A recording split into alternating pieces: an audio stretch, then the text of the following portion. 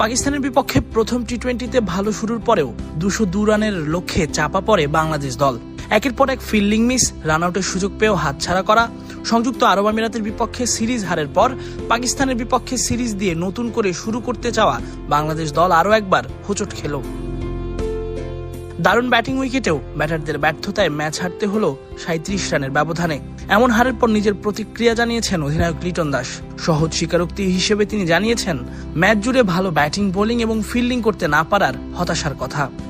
দ্বিতীয় টি-20তে শক্তিশালী হয়ে ফিরে আসার প্রত্যয় ব্যক্ত করে ম্যাচ শেষে প্রেজেন্টেশন সেরেমনিতে লিটন জানালেন, পুরো ম্যাচে আমরা ভালো ব্যাটিং করতে পারিনি, বল করতে পারিনি, ফিল্ডিংও করতে পারিনি।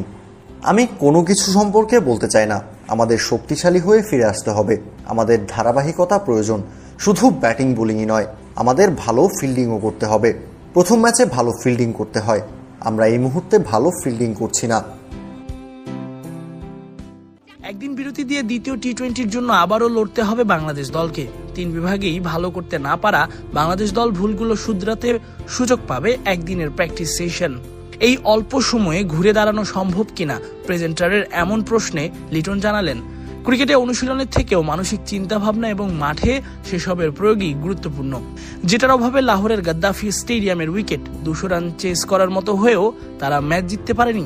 আমি মনে করি ক্রিকেট অনুশীলনের বিষয় নয়, এটি মানসিকভাবে দখল করা, ক্রিকেট সম্পর্কে চিন্তা করা এবং ম্যাচে প্রয়োগ করার বিষয়।